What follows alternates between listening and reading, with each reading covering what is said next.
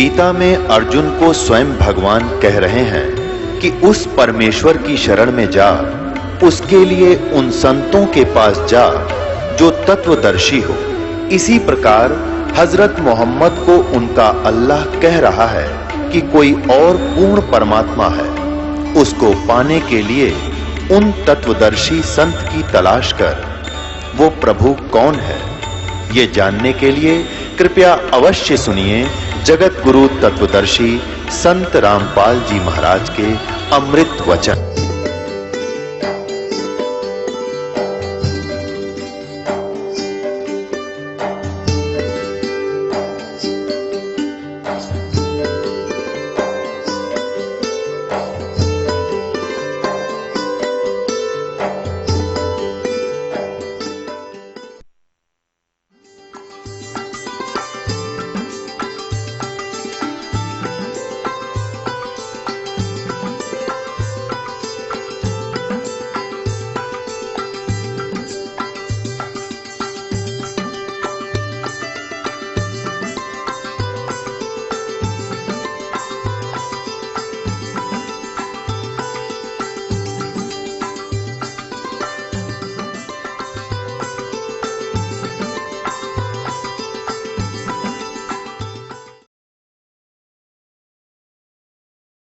अब जैसे किसी ने किसी को जाकर बता दिया कि भाई तेरे घर में चोरी होगी। अब जब सामने वाले ने भांग नहीं पी रखी होगी, शराब नहीं पी रखी होगी, तो एकदम चिंतित होगा और तुरंत या तो घर की तरफ चलेगा और जाके उसको देखेगा वह कितना नुकसान हो गया। और जब उसने शराब पी रखी होगी तो वो क्या कहेगा कि भाई फिर बता क्या कहा।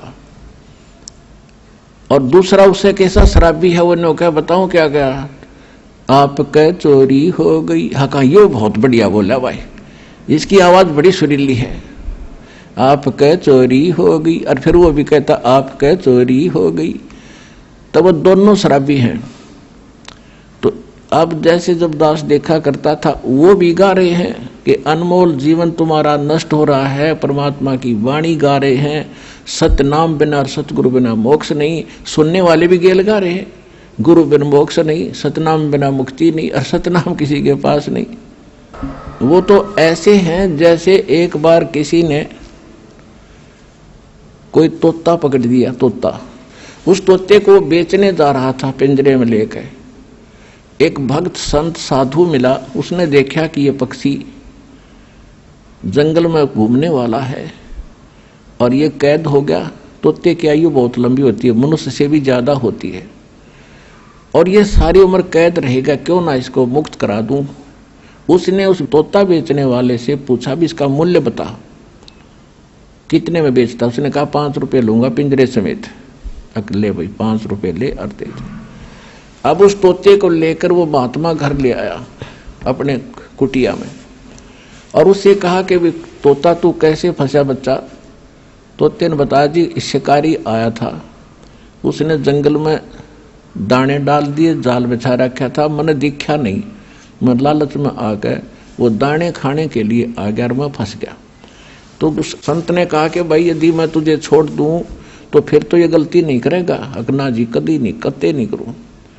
तो सुन ले, तय भी सुन ले, और आप वहां जाकर सारे तेरे साथियों ने भी बता दिए क्या कि एक मूल मंत्र बताता हूं। अब बताओ भाई, पर दी आवेगा शिकारी, जाल डालेगा, दाने डालेगा, हम दाने नहीं खाएंगे तो फंसेंगे नहीं।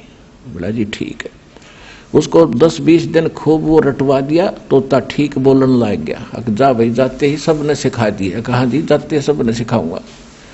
अब तोता छोड़ दिया, और साथी रिश्तेदार इकट्ठे हुए भी कैसे बचा कि एक साधु संत ने दया कर दी भाई मेरे पे, और एक मुझे अजब फार्मूला दे दिया, आगे आपा फिर मार खावांगे नहीं। एक ऐसी मूल मंत्र बताया, तुम भी सुन लो। शिकारी आवेगा और दाने डालेगा, जाल बिछावेगा, हम दाने नहीं खाएंगे तो हम फंसेंगे नहीं। कहा भाई, रोज आरती करें वृक्ष पर बैठ के, सारे शाम और दिन में ये गोट लिया, उन्हें गायत्री मंत्र बना लिया, एक दिन शिकारी वहां पहुंचा, उसने देखा तोते तो भाई किसी ने शिक्षा दे दी इनको, ये तो बोल रहे हैं कि शिकारी आवेगा, दाने डालेगा, जाल बिछावेगा, हम खाओगे नहीं तो हम फंसेंगे नहीं। उसने सोचा यहाँ कोई फायदा नहीं मेरा आने का, चल दूसरे साइड में जाता हूँ। फिर भी सोचा चल इतनी दूर आया हूँ, कोई एकादा ना समझ फंस भी सकता है, इतना रोटी राटी खाऊं, इतना जाल बिछा के देख लेता हूँ।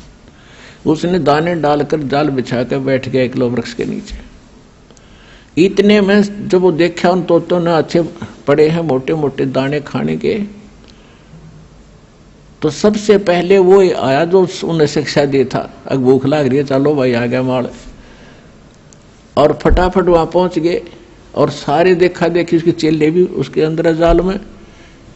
उस शिकारी ने सोचा है तो मुंह रखे बांडे बांडे थे, न ज्ञान कुछ नहीं, उन्हें पकड़ के जाल खींच ली सारे जाल के अंदर। अब जाल में बंद हो रहे हैं तब भी वो यही गीत गा रहे हैं, पर दिया होगा, जाल डालेगा, हम दाने नहीं खाओगे तो हम फंसेंगे नहीं। अब वो शिकारी उस जाल को उठा के कंधे पर डालकर चल पड़ा पीछे। वो अब सारे तोते पीछे फिर भी यही गीत गा रहे हैं, शिकारी आवेगा, जाल डालेगा, दाने डालेंगे, दाने नहीं खाएंगे तो हम फंसेंगे नहीं। अब उधर से वो रास्ते में शिकारी को वो गुरु फिर मिल गया, वो संत। उसने देखा ये गायत्री मंत्र तो मेरा पढ़ रहे हैं, ये कुकर चक्कर पड़ा भाई सारा। उसने देखा को हो ये तो बेटी के बाप गांव गांव थे, इस बार असर नहीं करा इन्होंने। अब उस संत ने ऐसे ताली बजाई, क्योंकि जब वो तोता घना बोला करता, जब वो पकड़ रखा था पिंजरे में और उसको सिखाया करता था, वो डटा नहीं डटे था। जब उसने ताली बजाकर वो क्या करता वो गुरुजी, तो उसने वो ताली ऐसे थैली बजाई। उसने देखा वो कोड वर्ड, अगे तो गुरुजी खड़े हैं। उसने देखा सचमुच, तो गुरुजी ने कहा ऐसे संकेत किया कि ऐसे कर लो, मुर्दे जैसा स्वरूप बना लो। तो उस तोते ने आंखें पलट ली, जैसे मर गया। तो चेले भी देखा करें थे, जैसे वो करे तो सारा ने ऐसे कर लिया। अब शिकारी ने सोचा है तो सारे मर गए भाई बेटी के बाप। तो उसने सारे पटक दिए उड़े, भाई क्यों बोझ मरता जाऊं इतनी दूरी, तो सारे इनकी आंखें पलट गई। शिकारी चला गया। जब गुरुजी आए, निकम्यो ये बातें कहने सुन की नहीं, ये कर पाड़न की है। तो पुण्यात्माओं दास भेजा आपको संकेत बता रहा है कि गीत गान के नहीं, यू काम करने का है।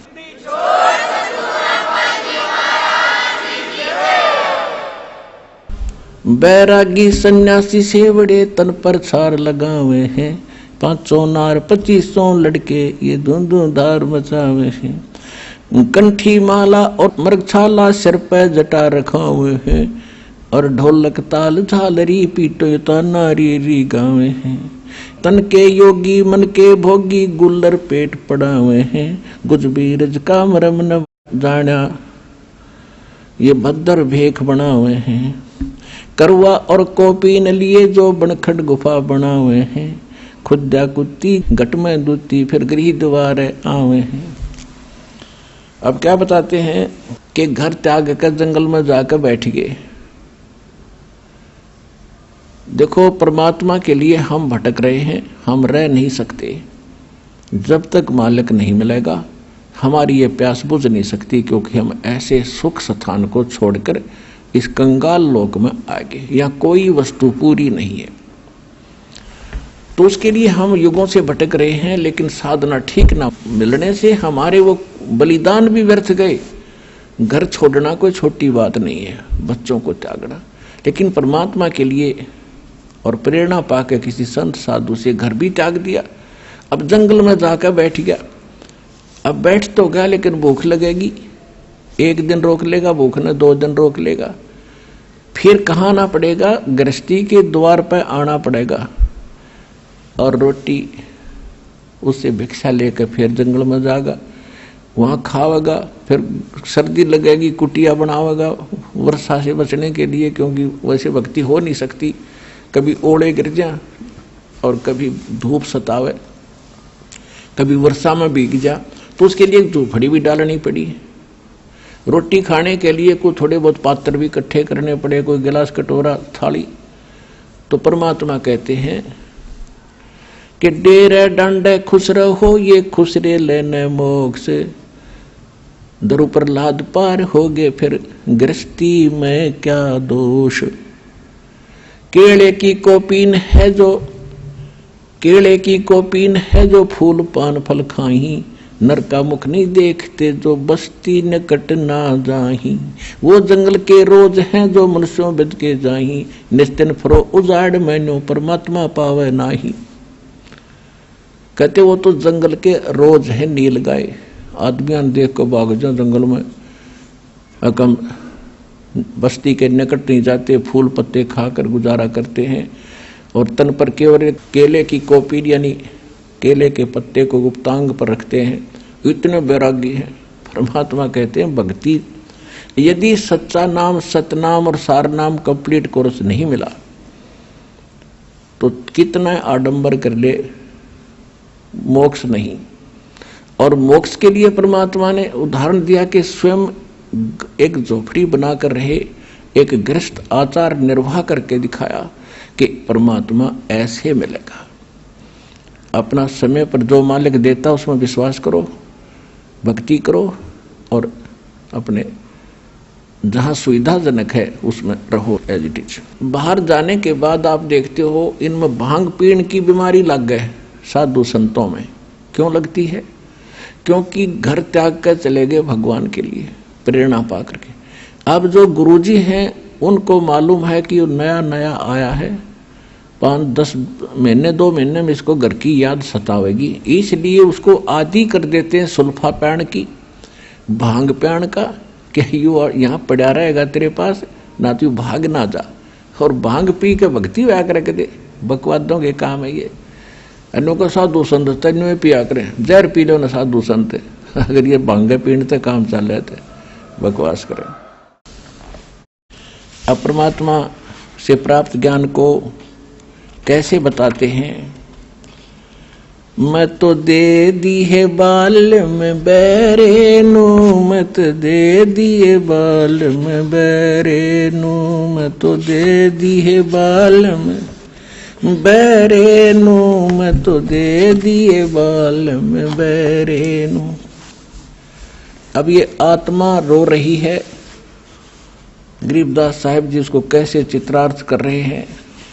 ये आत्मा अब रो रही है कि इस मन के साथ मेरा संयोग जोड़ दिया जो केवल उल्टे काम में प्रसन्न रहता है और सही काम में ये दिक्कत पैदा करता है। अब जैसे आप फिल्म देखते थे, पहले अब तक नहीं देखते हैं, फिल्म देखते थे तो 3-3 घंटे तक बैठे रहने आंख पाड़े, और पहले VCR लाकर 3-3 फिल्म 9-9 घंटे सारी रात देखे जाते। नो ऑब्जेक्शन, क्यों? मन तो बकवाद चाव है कि ये कर्म फोड़ ले किसी तरह अपना टाइम पास करके मनुष्य जीवन का और निकल जाए कि इसमें, तो फिर देखो इसने गधा कुत्ता बना के छोड़ देगा। तो यहाँ आत्मा कहती है कि ये और भक्ति करे, मन यू चाव है भक्ति करे तो नकली करे। आप देखते हो दास भी जाया करता, देखा करता था, जाता भी था कि जहां हम जाते थे, सालासर जाते थे या कहीं और देखा करते थे, तो भगत श्रद्धालु पेट पलनियां चलकर जाते थे।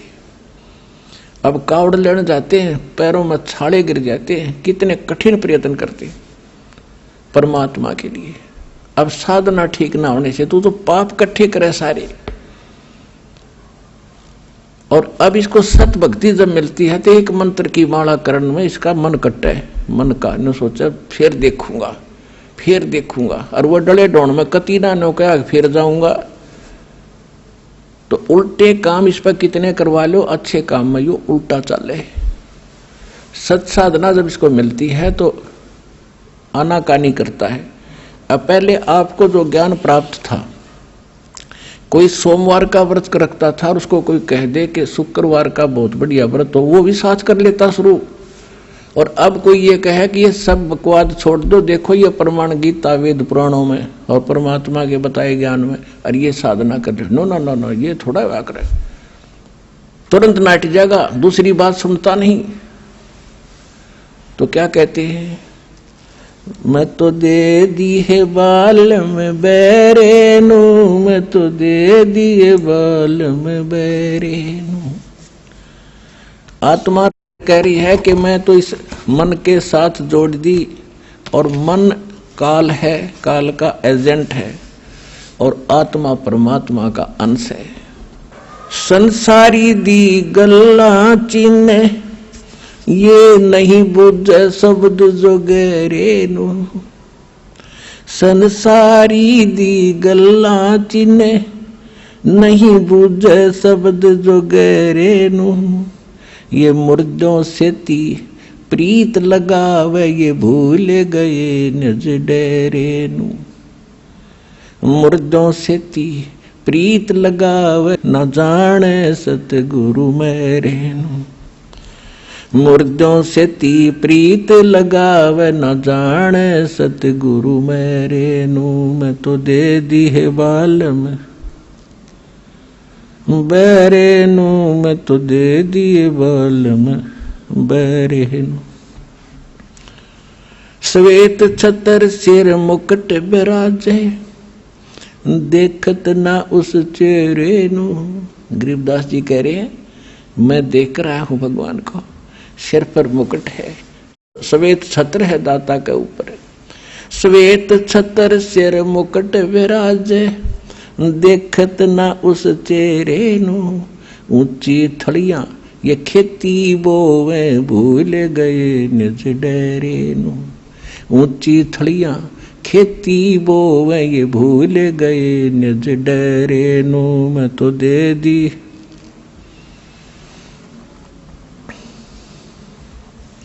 मैं तो दे दी है बाल में बैरे नु, मैं तो दे दिए बाल में बैरे नु। ये संसार समझदा नाही, कहंदा श्याम दोपहरे नु। ये संसार समझदा नाही, कहंदा श्याम दोपहरे नु। गरीब दास ये वक्त जात है, रोवोगे इस पैरे नु। गरीब दास ये वक्त जात है, रोवोगे इस पैरे नु। मैं तो दे दी मैं तो दे दी है बाल में बैरे नु, मैं तो दे दी है बाल में बैरे नु। एक भगत बता रहा था, जैसे ये कहते हैं ना, संसारी दी गल्ला चिन्ह, ना बुझे शब्द जो गहरे नु। यानी गूढ़ ज्ञान को सुनना भी पसंद नहीं कर रहा। और आम आदमी कोई कह दे उसने मान ले, और कोई कह दे चल सालासर चलेंगे, एक चल भाई कब चलना है। और कोई कह दे वैष्णो देवी चलेगा, कहाँ त्यार चलेंगे, वहां टिंडे लेने जाओगा बता। कोई विचार नहीं करते। और जब ज्ञान बताते हैं कि ये नहीं देखो ये प्रमाण है, ये 10-6 प्रमाण देता एक पॉइंट को क्लियर करने के लिए, और इतना देखकर भी तो नहीं मानते, तो वो मन के प्रेशर के अंदर है। इसीलिए परमात्मा हमें बताना चाहते हैं कि मैं तो दे दी बालम बैरे नु। अब जैसे एक भक्त बता रहा था कि मैं अपने साथी ने, घना मित्र था मेरा, जब ये सत्संग मैंने सुना, ज्ञान लिया, नाम लिया, मैं सत्संग में आने लगा, तो मैंने उसको कहा कि अभी सत्संग में चलेगा मेरे साथ, कि अब फिर देखूंगा, अब टाइम को नहीं, अब समय नहीं है, फिर देखूंगा। नाट सका नहीं था कि दोस्ती थी। तो इतने में मैं थोड़ा सा आगे चला, चल भाई फिर बताएंगे इसको। थोड़ी सी दूरी पर कोई अन्य को कह रहा था कि उस गांव में रागनी कंपटीशन होगा। वो मेरा मित्र उनके पास जाके खड़ा हो गया। अरे कौन से गांव में, कहाँ है बताइए। रात ने वहां धक्के खाने चलेगा, और 3 दिन में आया वो रागनी कंपटीशन सुनने के लिए। वह तो फट दे स्वीकार कर ली। मैंने बताया उसके लिए समय नहीं था। एक भगत था, वो बता रहा था कि एक उपदेश ही ले लिया उसने, और उसने फिर अपने मित्र को समझाना, ये प्रत्येक की कर्तव्य बनता है कि मैं अपने मित्र को, अपने जो मेरी बात को सुन सकता उसको समझाऊं। तो उसके पास जाके कहने लगा कि भाई सत्संग में चलो, ज्ञान समझाया काफी, तो वो कहने लगा भाई मेरे पास टाइम नहीं, फिर देखूंगा। चलो फिर कुछ दिन के बाद वो फिर गया। जब सत्संग नेक्स्ट समय आया सत्संग का निकट सी, तो उसने कहा भी चलोगे सत्संग में? उसने कहा भी मुझे फुर्सत नहीं, फिर देखूंगा। फुर्सत माने समय नहीं, देसी भाषा में फुर्सत कहे। उसने 2-4 बार कहा, क्योंकि फर्ज बनता है प्रत्येक व्यक्ति का जब ज्ञान समझ में आ जा रहकर समझावे, तो बार बार कहता रहा अभी तू घना पीछे मत पड़े, मुझे अभी फुर्सत नहीं है, थोड़ा सा बच्चे सियाने हो जा और फिर मैं तेरे साथ चला करूंगा। अब कुछ दिनों के बाद उसकी हार्ट अटैक से मृत्यु होगी। मित्र था, उस शोक में जाना गया, उसका जो अर्थी लेकर अंतिम संस्कार करने के लिए जा रहे थे। लोग बोल रहे थे राम नाम सत्य है, सत्य बोले गत है, और वो कह रहा था आज भाई ने फुर्सत है। और कह रहे थे राम नाम सत्य है, वो कह रहा था आज भाई ने फुर्सत है। तो दूसरे उसके और व्यक्ति कह रहे थे तू ठीक बोल, के सोचेंगे घर के, हक मैं ठीक का बोल रहा हूं। तो पुण्यात्माओं, तो यहां क्या बता रहे हैं कि संसारी दी गल्ला चिन्ह नहीं बूझे शब्द जो गहरे नु, ये मुर्दों से ती प्रीत लगावे न जाने सतगुरु मेरे। अब मुर्दों से ती प्रीत कैसे लगावे? एक बाबा था, गांव में रहता था, मर गया, उसकी समाधि बना दी, सारा गांव माथा टेका हुआ, वो खाक देगा। अब जैसे कोई वैद्य है, कोई डॉक्टर था और अच्छा जानकार वैद्य था, नाड़ी पकड़ के रोग बता देता था, दवाई जानता था, दे दिया, ठीक हो गया। और अब वो मर गया, मरने के बाद उसकी समाधि बना दी, मूर्ति भी बना लो उसकी, और फिर वहां उससे माथा टेकने जा और दवाई लेने जा, वो खाक दवाई देगा। ऐसा ही वैद्य खोजना पड़ेगा जैसा वो था। और वो वैद्य आज सतलोक आश्रम बरवाला जिला हिसार में है, इस पृथ्वी पर नहीं है।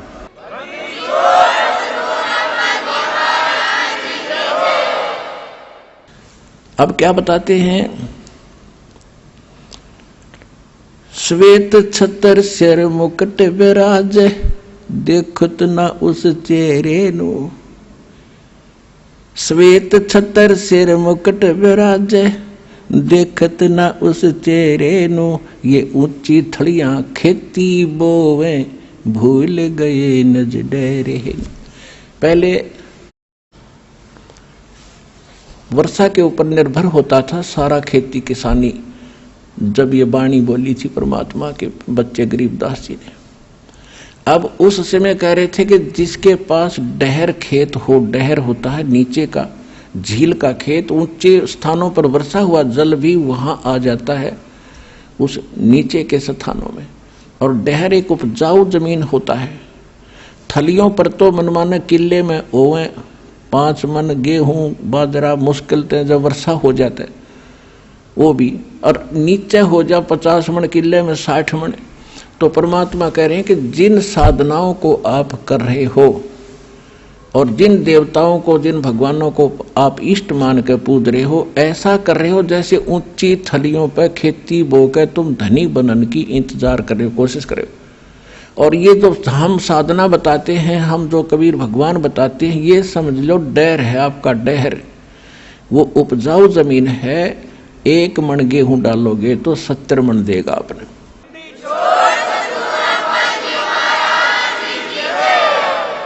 श्वेत छतर सिर मुकुट विराज, देखत न उस चेहरे नु।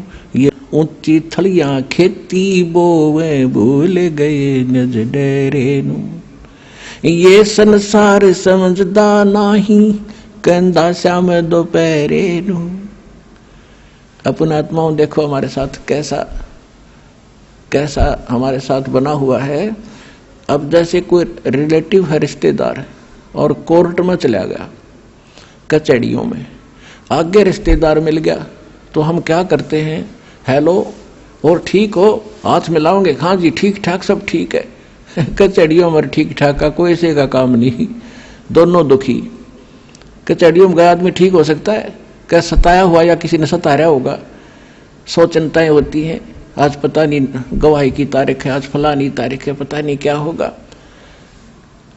परमात्मा कहते हैं आपने तो काल की भांग पी रखी है। जैसे कोई रिश्तेदार मेडिकल में कोई बच्चा बालक बीमार है, मिलने जाते हैं रिश्तेदार, हाथ मिलाओगे और ठीक ठाक कहाँ पर, ठीक है सब, बाकी हो बालक का तकलीफ गड़ी है, फिर खाक ठीक है लड़का मरण हो रहा, बोला वो और तो ठीक ठाक है।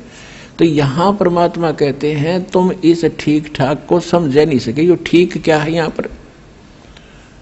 अब क्या बताते हैं, जैसे एक शराब पिए पड़ा था दोपहरी में, गर्मियों का मौसम, और पसीना पसीना रेत में पड़ा, और उसको कोई कह रहा है कि उठ भाई तुझे वहां वृक्ष के नीचे बैठा देता हूं, वो कहता है छोड़ दे मौज हो रही है तो ये हालत हमारी इस काल के लोक में, 36 समस्या हमारे सामने, रात में लाओ जन का ठीक ठाक है, खाक ठीक ठाक है यहाँ पर।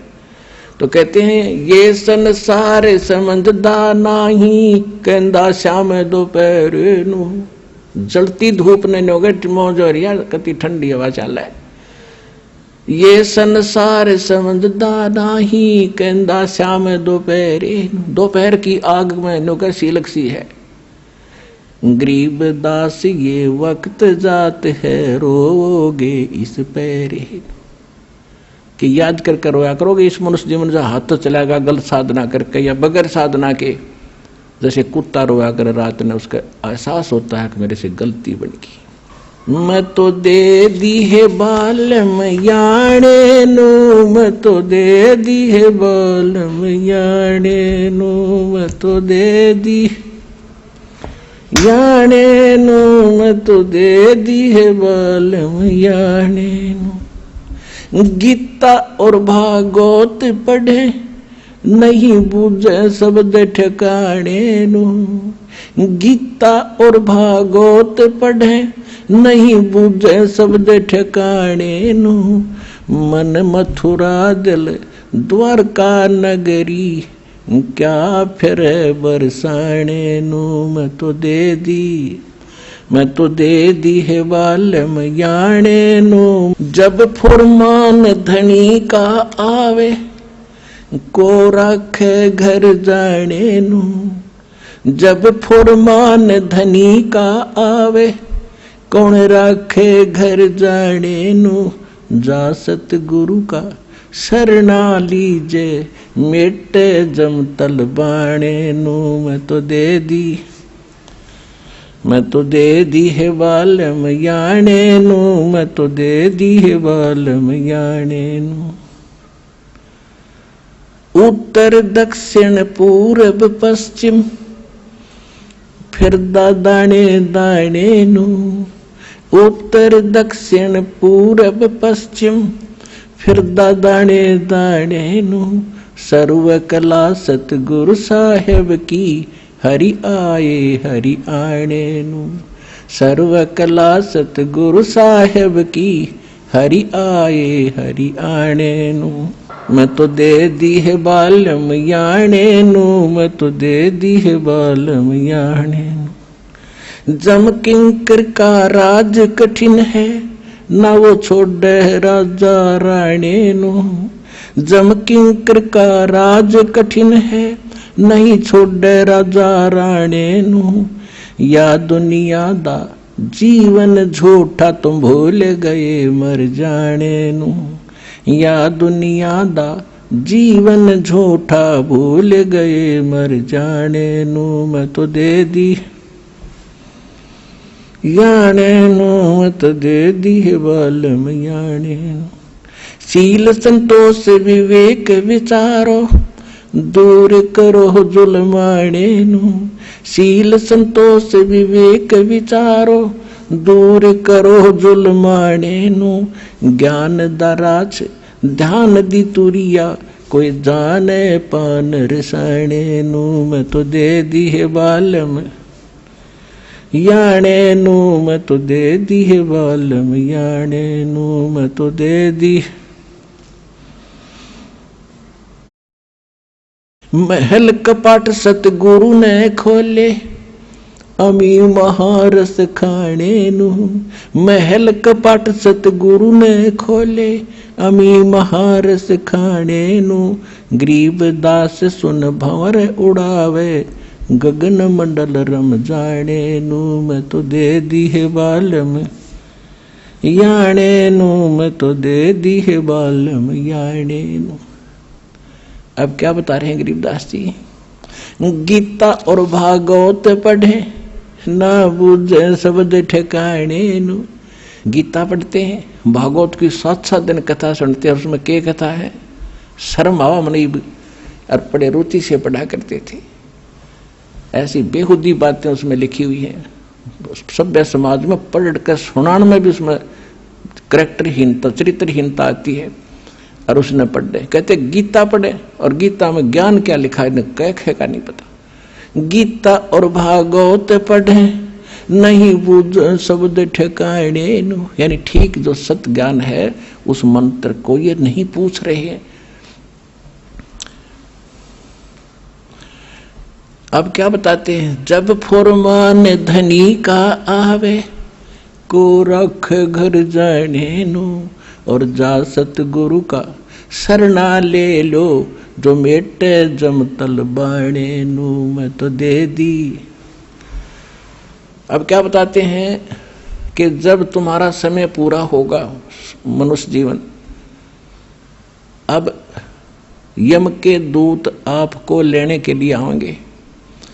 आप चाहे शिव के पुजारी हो, चाहे विष्णु के, चाहे माता दुर्गा और किसी के भी, चाहे ब्रह्म के और चाहे पर ब्रह्म के, आपको कोई नहीं रोक सकता। उस समय आपको जाना ही पड़ेगा।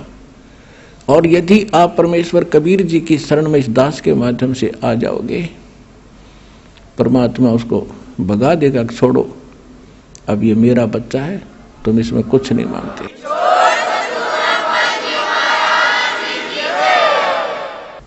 एक आपने बहुत से भक्तों के अनुभव सुने हैं। जब यम के दूत आते हैं, एक भक्त कह रहा था जी मैं सौपन सोच रहा था, रात में मेरी मृत्यु होगी। 2 मैंने दिखाई दिए काले काले से, वो कहने लगे आजा मेरे साथ और हमारे साथ चल। मैं उनके साथ चल पड़ा। भाई क्या बात है, चलो कहाँ चलेंगे? बहुत ऊंचे ले गए मेरे को। मैंने पूछा भाई कहाँ ले जा रहे हो? कि धर्मराज के पास ले जाएंगे तुझे। और फिर क्या करोगे? फिर जैसा उनका आदेश होगा वैसा करेंगे। नरक में डालना होगा नरक में डाल देंगे, और गधा कुत्ता बनाना होगा तो वहां बेच देंगे। तो उसने सोचा मैं मर गया क्या? कहने लगा हाँ मर लिया तो भी मैंने तो नाम ले रखा है, मैं तो कबीर साहब का शिष्य हूँ। गुरुजी हमें बताते रहते हैं कि काल के दूत तुम ले जा नहीं सकते, तुम कैसे लाए मेरे को? मैं नहीं जाता। कहने मैं वहीं खड़ा हो गया और निकट जा लिए थे धर्मराज के दरबार के बाहर खड़े। ने बोला ना जाओ अंदर। उन गेला में गुट्टम गुट्टा झगड़ा होगा दोनों के साथ। तो उसने एक कहने लगा भाई पहले पूछता फाइनल कर ले कि हम इसके खाम का खस्से जावे, एक बार जा वेरीफाई करके आ। तो वो उसके मेरे पास एक रह गया, एक अंदर गया और उसने जाकर पूछा जी ऐसे ऐसे एक व्यक्ति को लाए हैं जैसा आपका आदेश हुआ था। और वो कहता मैं तो नाम ले रखा है और कबीर भगवान से परमात्मा का कहते वो बैठा था दाढ़ी सी वाला बड़ा सा आदमी दिखा बोला मेरे को झांकी में गए। उसने उठा के देखी भाई घनी उलट सुलट करके ने बोला कित लिया इसने मन ने भी मरवाओगे तुम, छोड़ के आओ इसको तो वापस।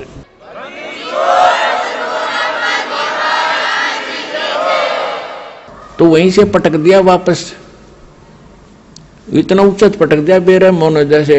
और मेरी घीघी बंदरी वापस आ एकदम उठा तो काफी देर तक मेरा शरीर शिथिल था, हिल टुल नहीं रहा था, पसीना शरीर मारा। तब यदि ये घटना ना घटती और मैं ठीक ठाक उठ ले जाता तो शायद मैं इसको केवल सौपन मानकर भूल जाता। अब उसके बाद मेरी और ज्यादा लगन बन गई भगवान में। तो यहां गरीबदास जी कहते हैं कि जब फुरमान धनी का आवे को रख घर जाने नो, जा सतगुरु का शरणा लीज जो मेटे जमतल बाणे नु। जो जम का तलबाना यानी जो आदेश आता उसको कैंसिल कर दे, भाग जाओ, ये मेरा भक्त है, मेरी मर्जी से ये यहाँ से जाएगा। कहते हैं ऐसे सतगुरु की शरणा लो। उस परमात्मा की कृपा से ये दास रामपाल दास के पास वो मंत्र, वो शक्ति है भगवान की दी हुई।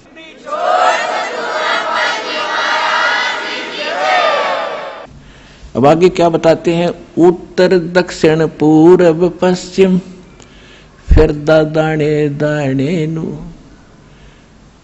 और सर्व कला सतगुरु साहेब की हरि आए हरि आने नु।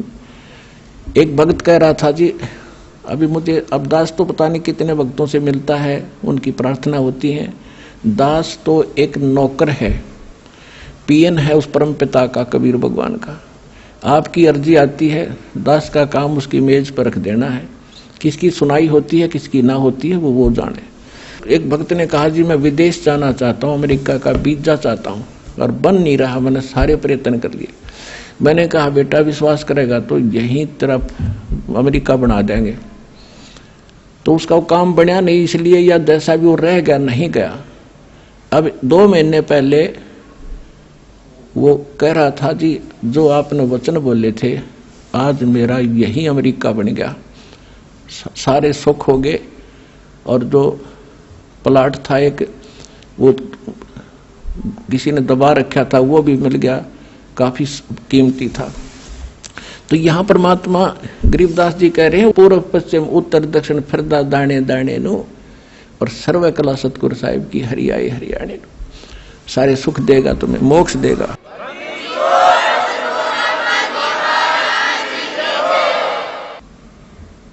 मैं तो दे दी है बाल में गूंगे नो, मैं तो दे दिए बाल में गूंगे नो।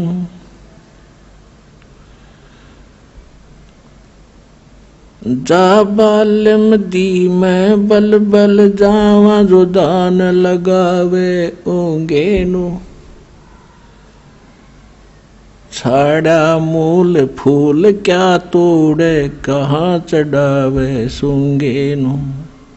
दूध गऊ दा बच्चा पी गया फिर क्या कढ़ावे चूंगे नु। या तन देही विन से जात है, बहुर आनियों भूंगे नु। या तन देही हाथ न आवे, कहा करेगा रूंगे नु। नग नारायण भूल रहा है, कहा परखे मोती मूंगे नु। गरीब दास यों साखा सुख है, बीज न बोया ढूंगे नु। अब ये बिल्कुल हरियाणवी लैंग्वेज में ये शब्द है गरीबदास जी का कि मैं तो दे दी बालम गूंगे नु, यानी इसको जब सही मतलब की बात होती है तो ये साथ नहीं देता, वो बकवास करें जाएगा, बटपट बोलें जा और मंत्र करें तो पता नहीं कहाँ कहाँ घूमने लग जाएगा। इस मन के बारे में कहा है। फिर क्या बताते हैं कि जा बालम दी बल बल जावा, जो ध्यान लगावे ऊंगे नु, यानी उस जब आपका मन इतना सद जाएगा, सीधा हो जाएगा कि संसारिक झंझटों को और अनुपासना को छोड़कर और परमात्मा की तरफ, यानी ऊंगे को, इंगे और ऊंगे, इधर उधर, इधर यहाँ काल के लोक में, अरूंगे ने उधर को सतलोक में, उस मन की मैं बलिहारी जाऊं जो उस परमात्मा की तरफ ऊंगे को ध्यान लगाता है। और गरीब दासियों साखा सुख है, बीज न बोया ढूंगे नु। ढूंगे माने गहरा बीज ना बोने वाला, यानी ऊपरले मंत्र जो भक्ति करता है वह कामयाब नहीं होगी जब तक हृदय में कसक बना के और सच्चे दिल से भक्ति नहीं करोगे। तो वो तुम जो गहरा बीज बो रहे हैं उनका बीज अच्छा उगता है, और जो ऊपरे डाला वो बीज सूख जाता है, वो नष्ट हो जाता है। तो यहाँ कहते हैं गरीब दासियों साखा सुख है, बीज न बोया ढूंगे नु। अब पुण्यात्माओं, सौभाग्य आपका कि आपको ये अनमोल वचन सुनने को मिल रहे हैं। ये काम कहते हैं समझा है तो सिर धर पाऊं, और बहुर नहीं रे ऐसा दाव। सुखदेव ने 84 भुगती बिना पजावे खरवो, और तेरी क्या बुनियाद प्राणी तो पेंडा पंथ पकड़वो।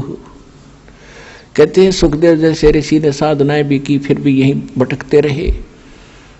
और तेरी क्या बुनियाद प्राणी, छोटी मोटी साधना अनुपासना करके आप मोक्ष चाहते हो तो पेंडा पंथ पकड़ो। कौन सा पंथ, कौन सा मार्ग? जो सतगुरु ज्ञान देता है उसको ग्रहण करो। बहन जी नमस्कार। सत्साई भगत जी। बहन जी क्या शुभ नाम है आप जी का? मेरा नाम मंजू है, मैं लुधियाना पंजाब से हूँ। बहन जी क्या काम करते हैं आप? मैं हाउसवाइफ हूँ और घर पे ही अपने घर की देखभाल करती हूँ। बहन जी परम संत सतगुरु रामपाल जी महाराज की शरण माने से पहले आप कौन सी भक्ति करते थे? सतगुरु रामपाल जी महाराज जी की शरण में आने से पहले बचपन से ही हम सभी देवी देवताओं की पूजा करते थे। मेरी मम्मी भी काफ़ी धार्मिक विचारधारा की हैं, तो वो हमें 8th क्लास से मुझे उन्होंने कहा था कि रोज़ गीता जी का एक अध्याय का पाठ जरूर करना है। तो मैं वो 8th क्लास से वो रोज़ एक अध्याय का पाठ करती थी। मुझे समझ नहीं आता था, लेकिन मुझे उस अध्याय से ज़्यादा जो उसके बाद में महात्म्य में लिखा होता था, वो उसमें कथा सी आती थी, वो ज़्यादा मुझे समझ आती थी। लेकिन गीता में अध्याय में क्या लिखा होता ये इतना नहीं समझ में आता था।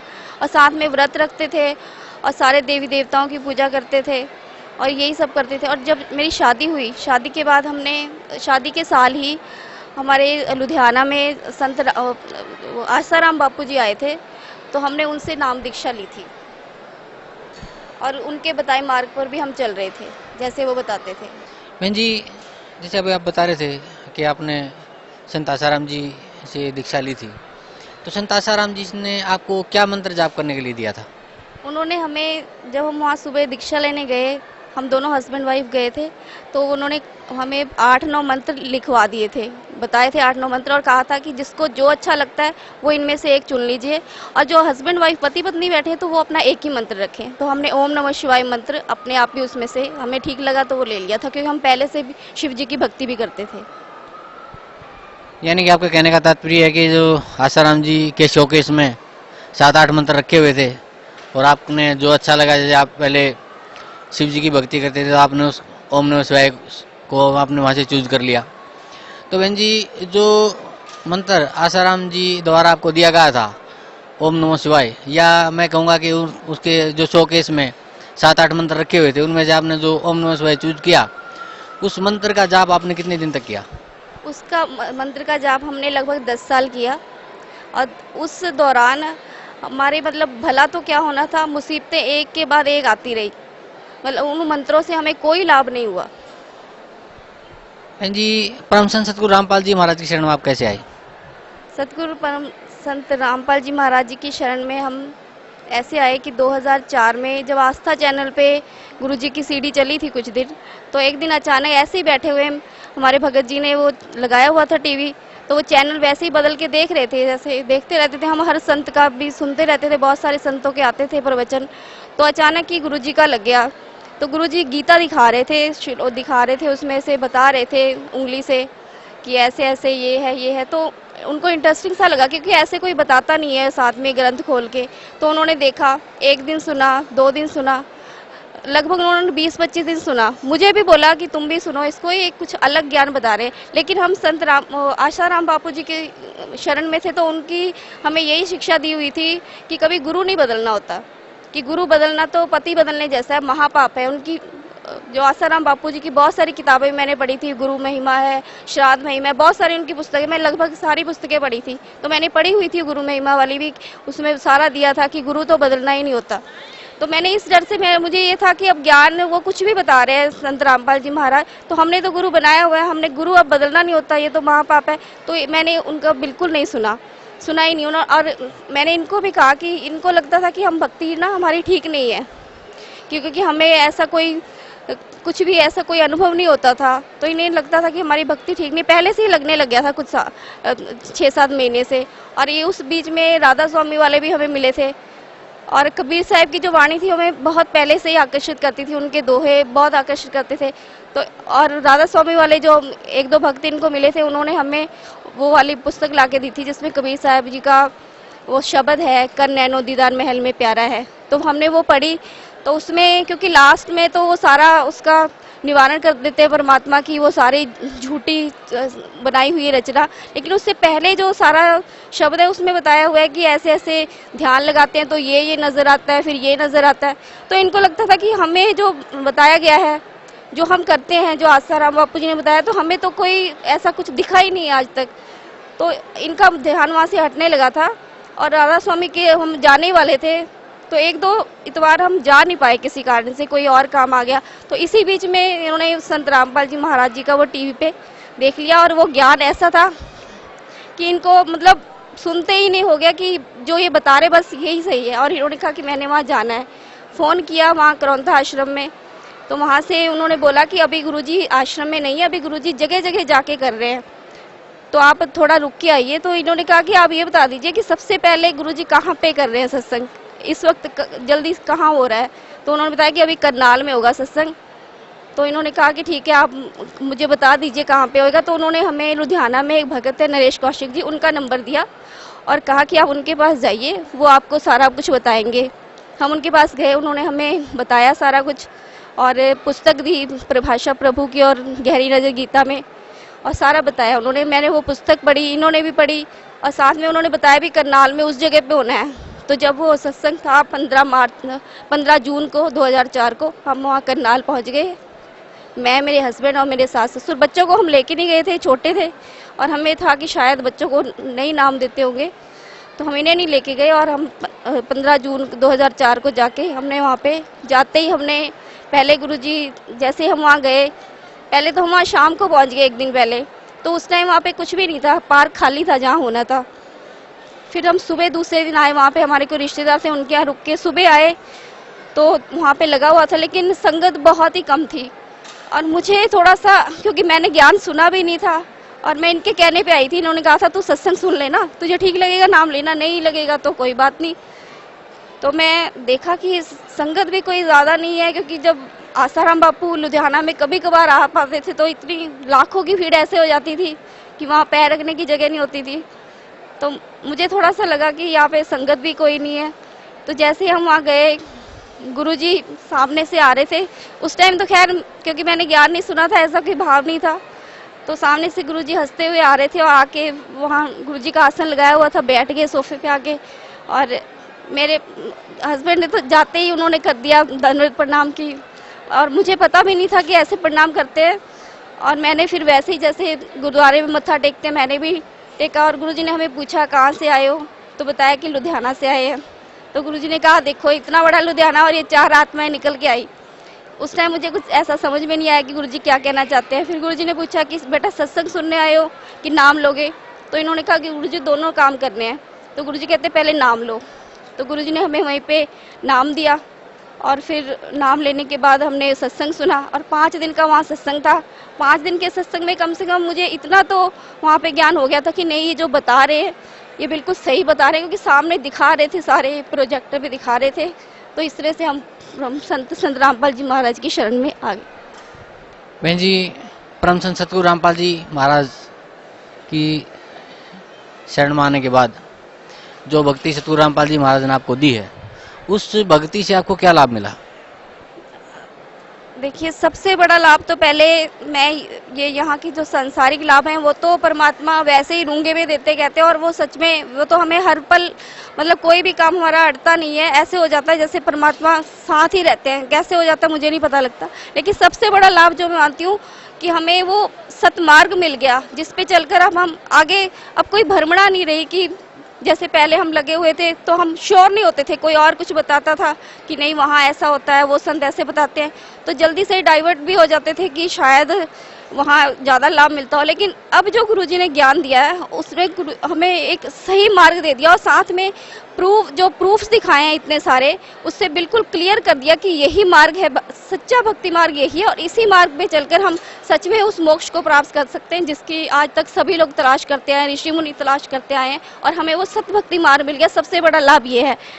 और साथ में जो सांसारिक लाभ है, परमात्मा कहते हैं कि मैं अपने भक्त की उम्र भी बढ़ा देता हूँ, अगर उसकी सांसें भी ख़त्म हो गई तो भी मैं उसको 100 वर्ष की उम्र देता हूँ। और ये मेरे सामने हुआ है। मेरी बेटी का एक्सीडेंट हुआ था पिछले साल 6 नवंबर को, और ये इसका एक्टिवा पे जा रही थी सुबह सुबह, थोड़ा थोड़ा अंधेरा था तो इसको नज़र नहीं आया, टाटा है इसके साथ इसकी सीधी टक्कर हो गई क्योंकि उसकी हेडलाइट्स ऑफ थी और ऑपोजिट साइड से वो आ रहा था, सामने सामने टक्कर हुई है और ये वहाँ पे गिर पड़ी। जो वहाँ पे सैर कर रहे थे सुबह लोग, उन्होंने इसको वहाँ सामने हॉस्पिटल में पहुँचाया और हमें फ़ोन किया। उसके बाद हम इसको लुधियाना में डीएमसी हॉस्पिटल ले गए, वहाँ पे इसकी 7-8 घंटे तक सर्जरी चली। और डॉक्टर से मैंने पूछा था जब इसके पूरा ब्लड निकल ही रहा था उस टाइम कि डॉक्टर मतलब क्या, वो कहते हैं अभी हम कुछ नहीं कह सकते, डॉक्टर्स बताएंगे, अभी ऑपरेट करना पड़ेगा। तो उसके बाद शाम को 4 बजे जब ये होश में आई और बिल्कुल ये ठीक थी और होश में भी बहुत जल्दी आ गई, जब तक डॉक्टर्स ने कहा था कि ये होश में आने पे भी शायद कुछ परेशान करेगी, मतलब एकदम से वायलेंट हो सकती है। इसने कुछ नहीं किया, ये आराम से बिल्कुल उठते इसने सबको पहचाना और बिल्कुल ठीक थी, जबकि डॉक्टर्स ने कहा था इसका ब्रेन भी बाहर आ गया था और इसका कोई मेमोरी लॉस नहीं हुआ, पढ़ाई में बिल्कुल तेज है। इसके बाद इसने +2 के पेपर दिए, इसका हाथ भी टूट गया था, उसी हाथ से इसने पेपर दिए हैं सारे अपने, और अपना आगे सीए के लिए सीपीटी का टेस्ट भी इसने दिया, वो भी इसने क्लियर कर लिया, बिल्कुल ठीक है। और परमात्मा के पास सब जब इसको लेके आए, तब 10-15 दिन के बाद हम इसको लेके आए थे यहाँ पे, तो परमात्मा ने इसको बताया कि बेटा तेरी उम्र जो थी आयु उतनी ही थी, तेरी सांसें खत्म हो गई थी और ये आगे अब परमात्मा ने आपकी उम्र बढ़ाई है। तो मालिक ने जो कहा वो हमारे सामने बिल्कुल मालिक जो कहते हैं वही करते हैं। और एक जैसे मतलब जब हमने नाम लिया था तो गुरुजी ने जो ज्ञान दे दिया था, उस ज्ञान पे तो कोई शक की खैर गुंजाइश थी नहीं क्योंकि वो तो सामने दिखा दिया। लेकिन जो पुराने भगत हमें मिलते थे तो वो बताते थे हमारे साथ ऐसा हुआ कि गुरुजी ने हमारे ये चीज़ बढ़ा दी, ऐसे बढ़ गया, हमारे घर में पैसे बढ़ गए, ये तो मुझे पूरा, ये नहीं मैं कहती थी कि ऐसा नहीं हुआ होगा, लेकिन मुझे ये होता था कि मेरे सामने तो नहीं हुआ ऐसा, कभी भी कुछ बढ़ गया हो अपने आप, पूरा मुझे वो नहीं होता था।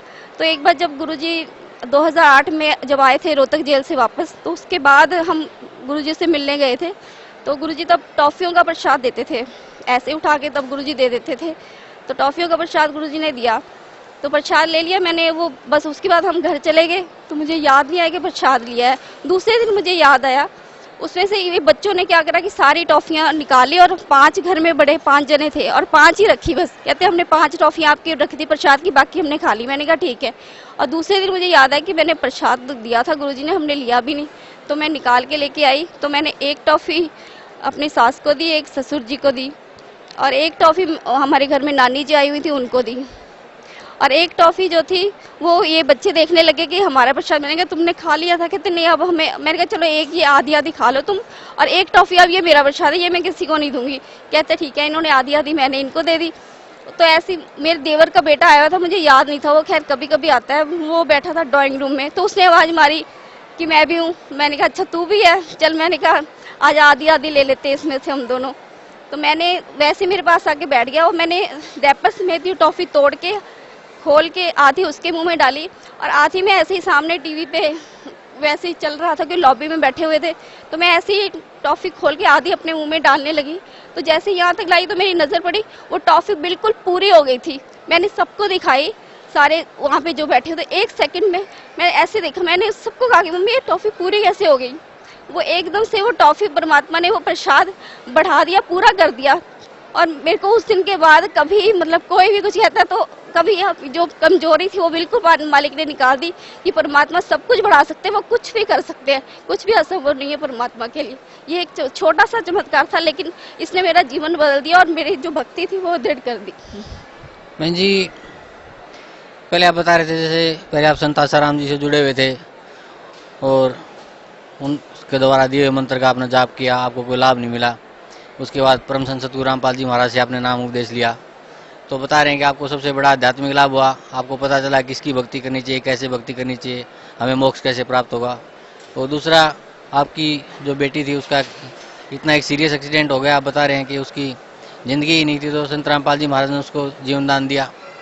और फिर आप बता रहे हैं कि आपके अंदर जो एक त्रुटि थी कि परमात्मा क्या कर सकता है क्या नहीं कर सकता, आपके बिल्कुल हाथ में उन्होंने, चलो एक माइन्यूट सी बात लगती है लेकिन एक बहुत बड़ी मतलब घटना है। इसको भगत समाज एक उसको ये पूरे भगत समाज के लिए बहुत बड़ी घटना है कि एक टॉफी का प्रसाद आधी टॉफी को पूरा कर देना, आपको ये बिलीव दिलाना कि yes I am God and I can do everything. तो एक बहुत बड़ी घटना भी है ये। तो मैं आपसे रिक्वेस्ट करता हूँ कि भगत समाज को आप क्या संदेश देना चाहते हैं? भगत समाज को मैं यही संदेश देना चाहती हूँ कि अब परमात्मा धरती पर आए हुए हैं और सारे वो जो भी बता रहे हैं प्रूफ के साथ बता रहे हैं। सारे वेद उन्होंने खोल दिए, सारे पुराण खोल दिए, गीता जी जितने भी हमारे ये पवित्र शास्त्र है इन सबको परमात्मा दिखा रहे हैं और प्रोजेक्टर पे दिखा रहे हैं कि देखो हमारे वेद कहते ये पुराण गीता जी ये सब ये कहते हैं और जो संत बाकी संत बता रहे हैं वो ये बता रहे हैं। आप खुद सारे जो लोग हैं जितने भी भक्त समाज में भी लोग हैं सब पढ़े लिखे हैं, ये खुद निर्णय कर सकते हैं कि कौन सही बता रहा है और कौन गलत बता रहे हैं। तो मेरी भक्त समाज से यही प्रार्थना है कि जल्दी से जल्दी जितना जल्दी हो सके परमात्मा की शरण में आइए, क्योंकि ये समय बीता जा रहा है और ये दोबारा ये जो भक्ति युग है ये अभी बिल्कुल पीक टाइम आया हुआ है भक्ति युग का, और इस टाइम जो मौका चूक गए तो फिर ये दोबारा ये पता नहीं कब लाखों वर्षों बाद फिर कब कलयुग में जाके दोबारा मौका मिलेगा। तो बिल्कुल भी अब विलम्ब ना करें और भक्त समाज से मेरी यही प्रार्थना है कि सतलोक आश्रम बरवाला जिला हिसार हरियाणा में आएं और संत रामपाल जी महाराज जी से नाम दीक्षा लेकर अपना उद्धार करवाएं। जी धन्यवाद आपका, बहुत बहुत धन्यवाद।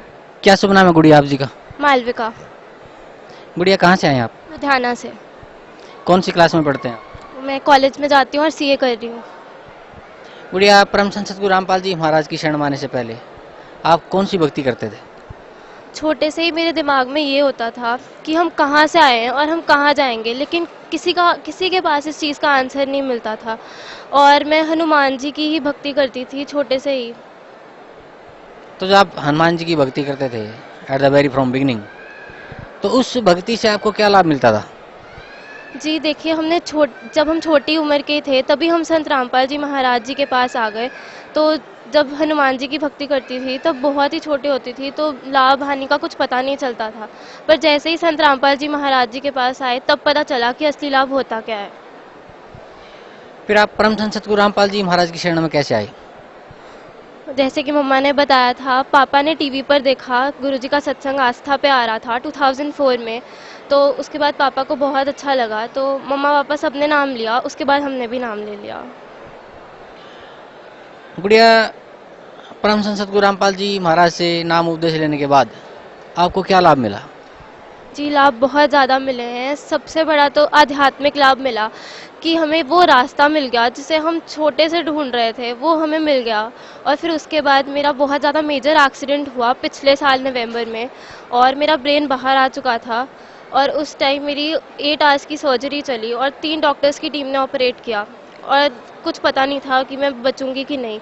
और अब जब मेरी अपॉइंटमेंट होती है, डॉक्टर्स ने मुझे बताया कि मेरा ब्रेन तक बाहर था और बिल्कुल भी श्योरिटी नहीं थी कि मैं बचूंगी कि नहीं। और वो सब खुद कहते हैं कि तुझे तेरे गुरुजी ने ही बचाया है, तो गुरुजी ने मुझे जीवन दान दिया है। और जैसे ही मैं आश्रम आई एक्सीडेंट के बाद, तो गुरुजी ने मुझे बोला कि बेटी तेरा जीवन और आगे नहीं था, ये तुझे परमात्मा ने भक्ति के लिए दिया है। तो ये सबसे बड़ा लाभ हुआ मुझे मेरी ज़िंदगी में। So there have been many benefits which I have received by taking Namdan from Jagat Guru Rampal ji. गुड़िया, what message would you like to pass for Bhakt Society? See, the message I would like to give everyone is that, like everybody says, God is one. So I would like to tell you that one is just right here in Satlok Ashram Barwala, waiting for his children to come to him and go back to the place from where we've come from, that is Satlok. तो जितनी जल्दी हो सके अपना समय को ना गवाते हुए जल्दी से यहाँ पर आएं और संत रामपाल जी महाराज जी से उपदेश लें, जो कि स्वयं कबीर परमेश्वर आए हुए हैं, और अपने जीवन को सफल बनाएं। Thank you so much.